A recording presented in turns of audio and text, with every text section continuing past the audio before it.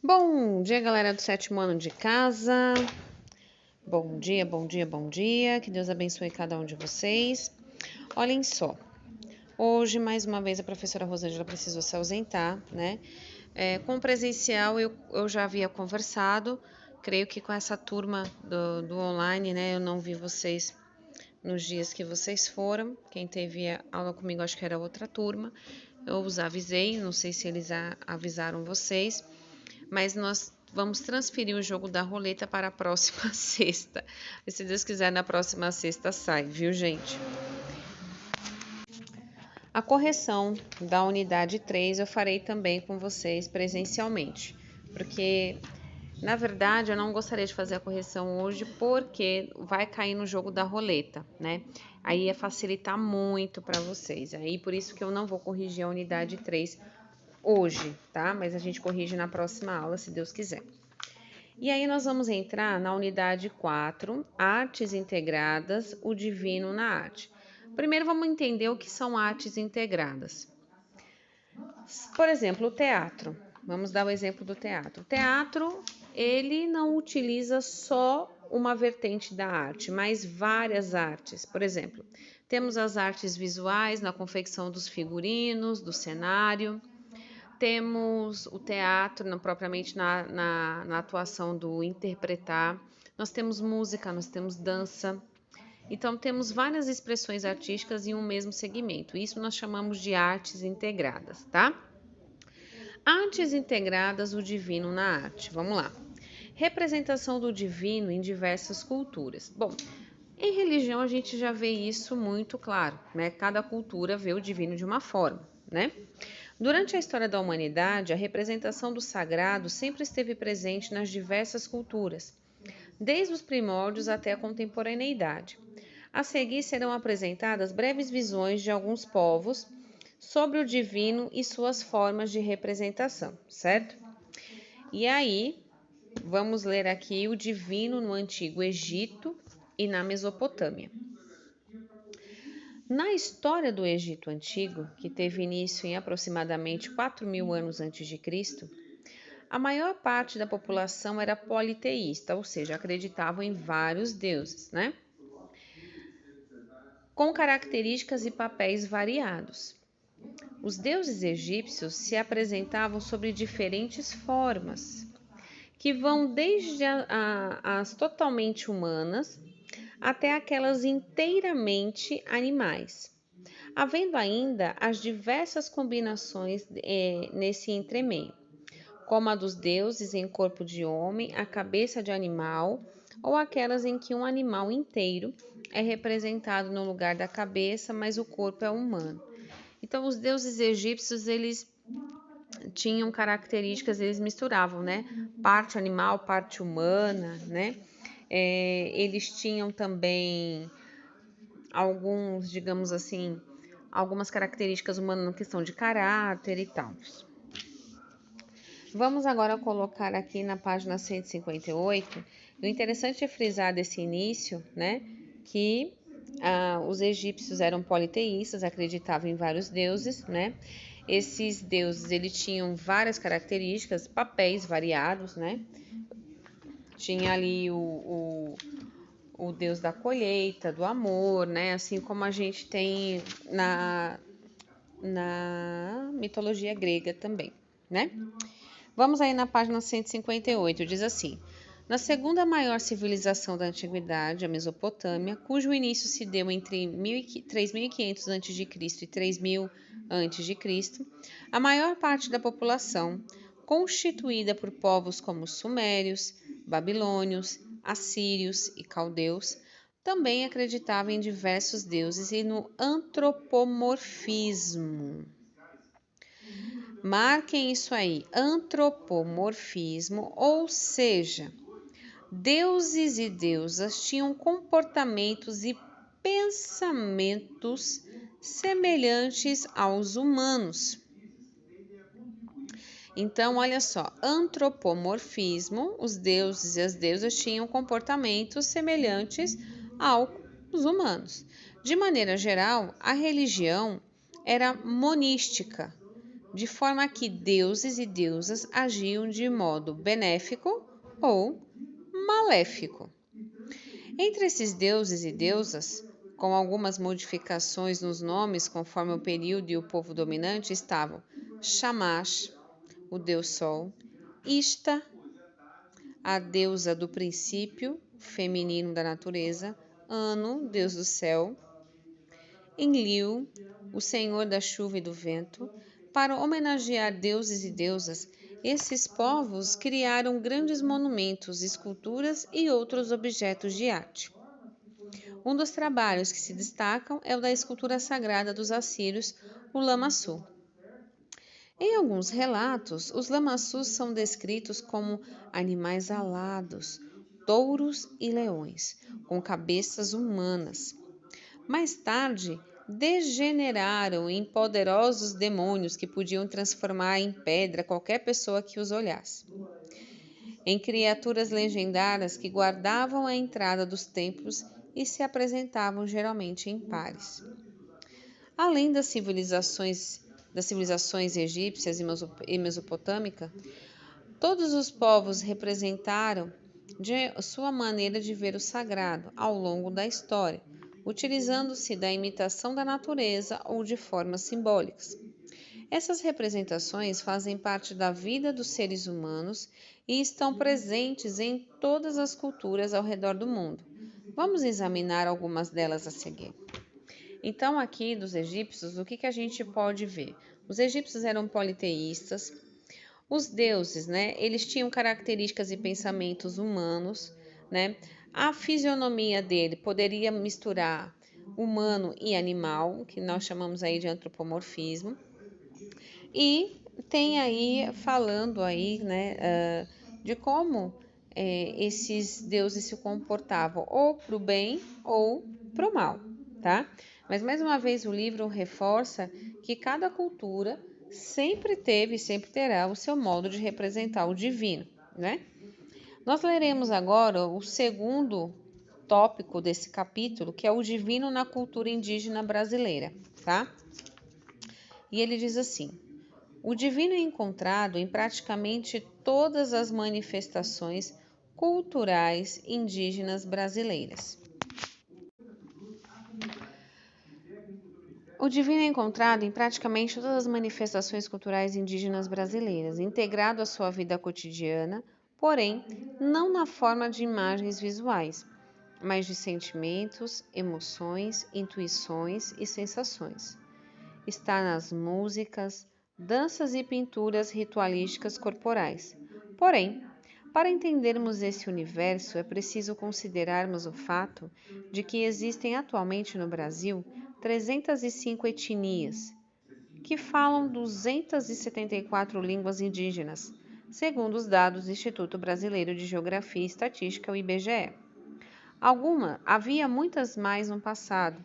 Cada uma dessas etnias tem os próprios costumes e cultura, muito embora possa haver semelhanças entre alguns povos. Então vamos lá. Vamos começar da seguinte frase: índio não é tudo igual. Negro não são todos iguais. Assim como branco também não somos todos iguais.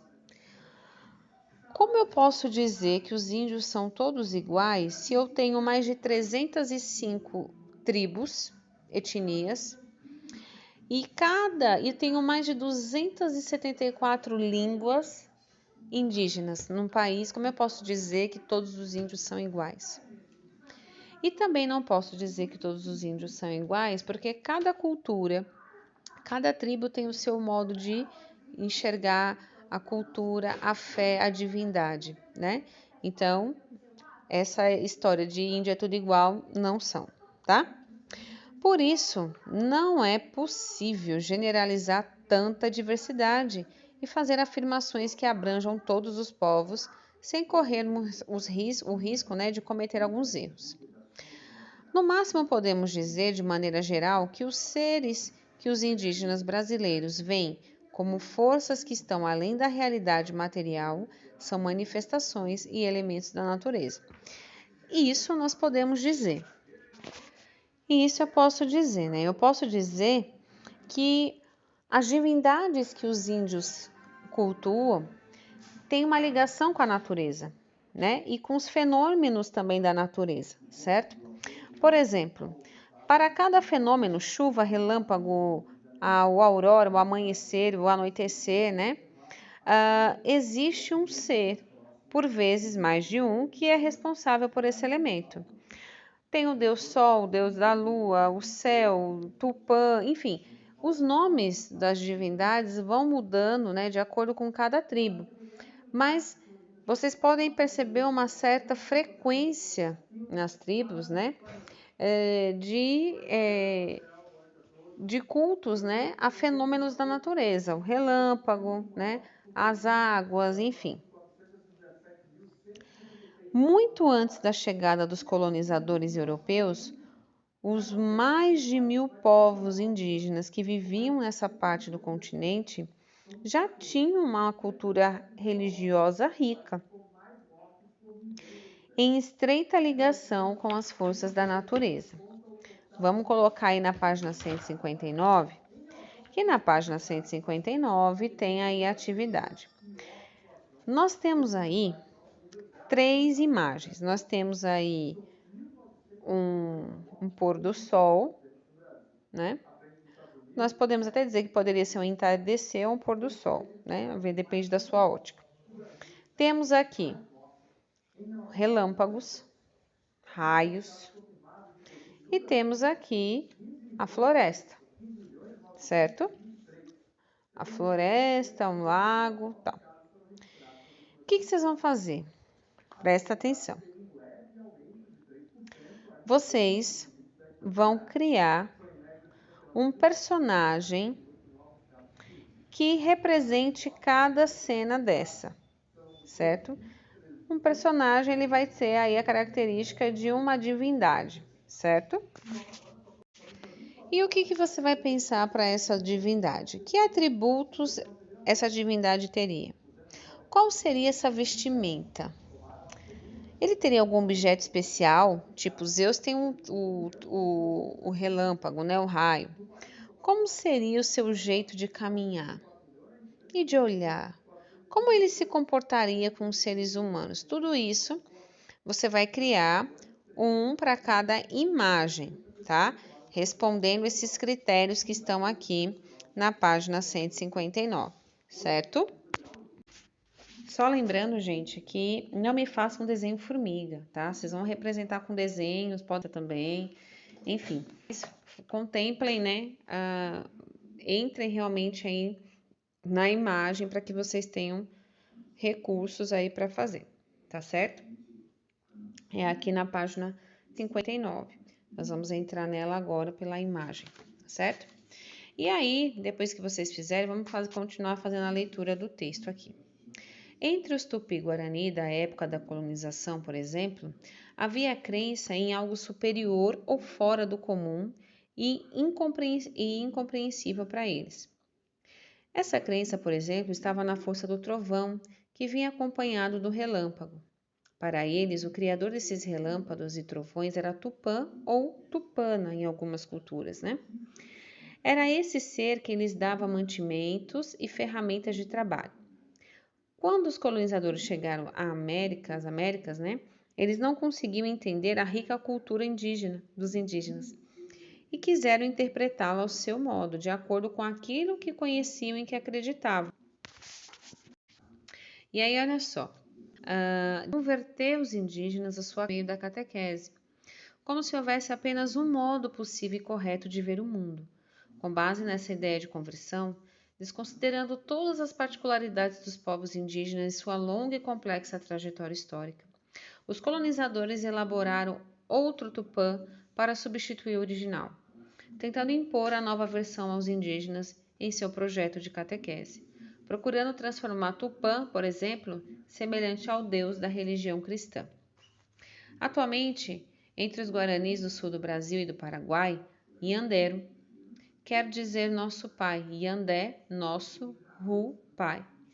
Também pode ser grafado Yandervurvusu ou Nhanderuvussu. mas ele não é representado como imagem, como faziam, por exemplo, gregos, egípcios ou mesopotâmios da antiguidade, ao representarem seus deuses, né? Esse deus indígena também não é visto como uma entidade absoluta e única. A representação de entidades inexiste à arte indígena de modo geral. Veja o relato de Cunhantá Tatá, dos povos Guarani Mibiá, sobre Yanderu. Vamos colocar aqui na página 160. E aí nós vamos acompanhar aqui a leitura, né? Tacuá e Cá são filhas de Yanderu. Quando Yanderu andava pela terra, pegou um galinho de cedrinho e assoprou, fazendo uma criança que brincava e urinava por todo o canto. Então nasceu um brotinho de erva mate. Era uma menina e ela já cantava com tacuapo. Por isso até hoje as mulheres cantam batendo o bastão de taquara no chão.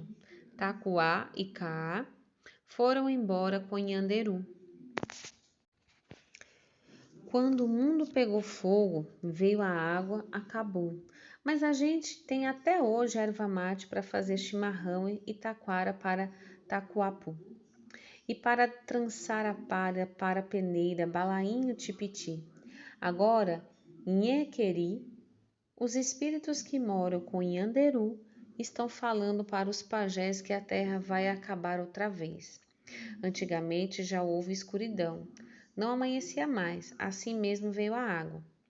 Nessa terra onde nós estamos agora, mais tarde ou mais cedo, isso vai acontecer.